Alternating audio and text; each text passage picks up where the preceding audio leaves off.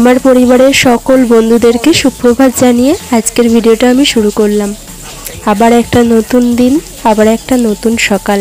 আর সকাল থেকেই দেখি বৃষ্টি হয়ে যাচ্ছে। আশা করছি তোমরা সবাই ভালো আছো, আমিও ভালো আছি। আজকের ব্লগটা দেখতে থাকো, তোমাদের ভালোই লাগবে।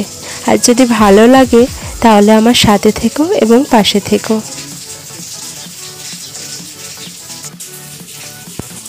আর সকাল থেকে যেহেতু বৃষ্টি হয়ে যাচ্ছে তাই কাজকর্মগুলো সব বন্ধই প্রায়, শুধু বাসি কাজগুলো মিটিয়ে স্নান পুজো সেরে নিয়েছি।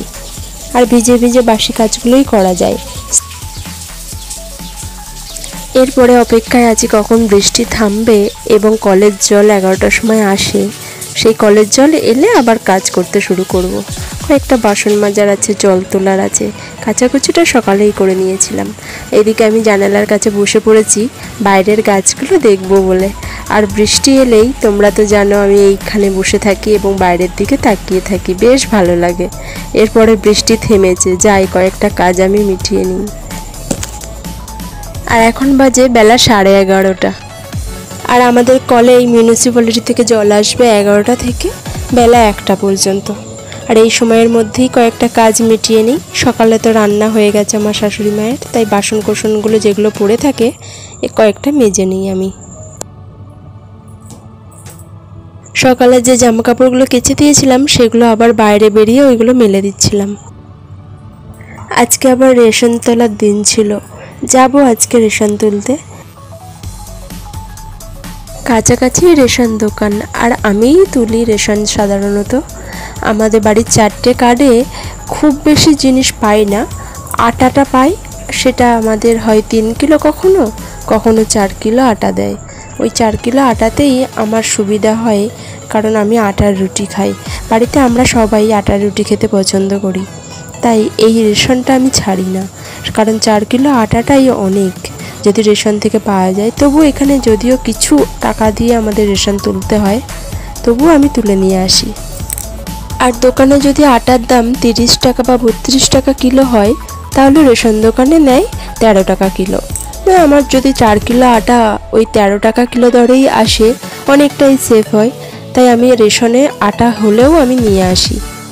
আর সেই তুলনায় কিন্তু আমার বাপের বাড়িতে যেহেতু পঞ্চায়েত এলাকা, ওইখানে রেশন ফ্রিতে পাওয়া যায়। রেশন তুললে কোনো টাকা পয়সা লাগে না। কিন্তু আমি এখানে শহরাঞ্চলেই দেখছি আমার শ্বশুর বাড়িতে রেশন তুলতে গেলে আমাকে টাকা দিয়ে তারপরে রেশন তুলতে হয়। আর এইদিকে দেখো বৃষ্টিতে পাতাগুলো কি সুন্দর সবুজ সতেজ লাগছে। আর প্রতিদিনের মতো একবার করে জামা কাপড় বাইরে মেলছি, আবার ঘরে নিয়ে আসছি। যেরকম হয় বৃষ্টি নামলেই জামা কাপড়গুলো তুলতে হয়, আবার যখন থামছে আবার মেলে দিয়ে আসছি। সারাদিন এই করতে থাকি, আমার এইভাবেই সময়টা কেটে যায়। এরপর আমার শাশুড়ি মা দোকান থেকে বিস্কুট নিয়ে এসে আমার হাতে দিল। এই বিস্কুটগুলো আমার খেতে খুব ভালো লাগে, ওইগুলো আমি আবার রেখে দিচ্ছিলাম ঘরে।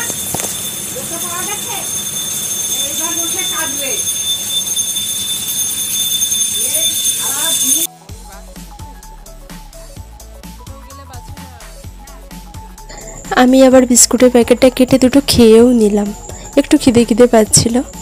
আবার দুপুরবেলা দুটো ডিম সিদ্ধ করতে চলে এলাম ভাতের সাথে খাবো বলে। আমি আর বাবা ডিম সিদ্ধ খেয়ে নেব। আর আমার শাশুড়ি মা ডিম সাধারণত খেতে চায় না, কর্তামশাই ভাজা খাবে, তাই ওকে ভাত খাওয়ার সময় ভেজে দেবে। ওইদিকে বাবা খেতে বসেছে। তারপরে চলে এলাম সন্ধ্যাবেলা একটু ঘুরতে।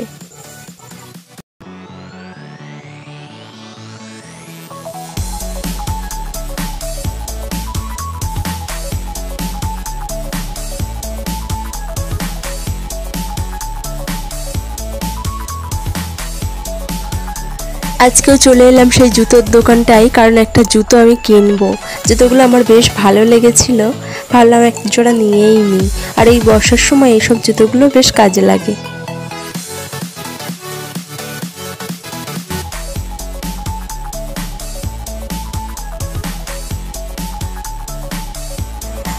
আমি এই জোড়াটা নিয়েছি, দেখতে কেমন হয়েছে তোমরা কিন্তু আমাকে জানিও।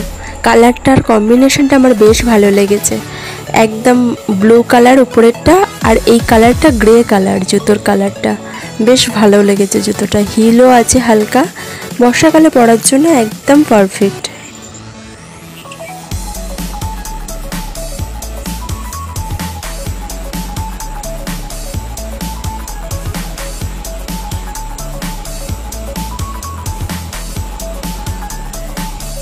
আমি আমার হাতের কাজ নিয়ে বসে পড়লাম, তোমাদের একটু দেখিয়েও দিলাম আমি কিভাবে চুড়ি বানাই।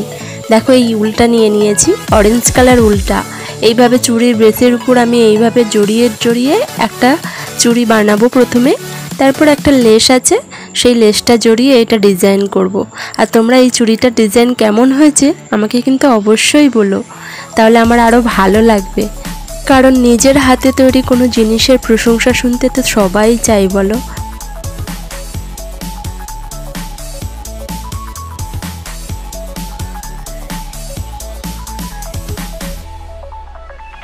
আর এটা আমি কালো উল দিয়ে তৈরি করেছিলাম, আগে থেকে এটা বানিয়ে রেখেছিলাম, তোমাদের অন্য সময় দেখিয়ে দেব এটা কিভাবে বানিয়েছি। ওই যে ছোট ছোট টিকিগুলো আমি উপর দিয়ে বসিয়ে দিয়েছি। এর কম্বিনেশনটা কিন্তু বেশ সুন্দর হয়েছে, অরেঞ্জ আর কালো।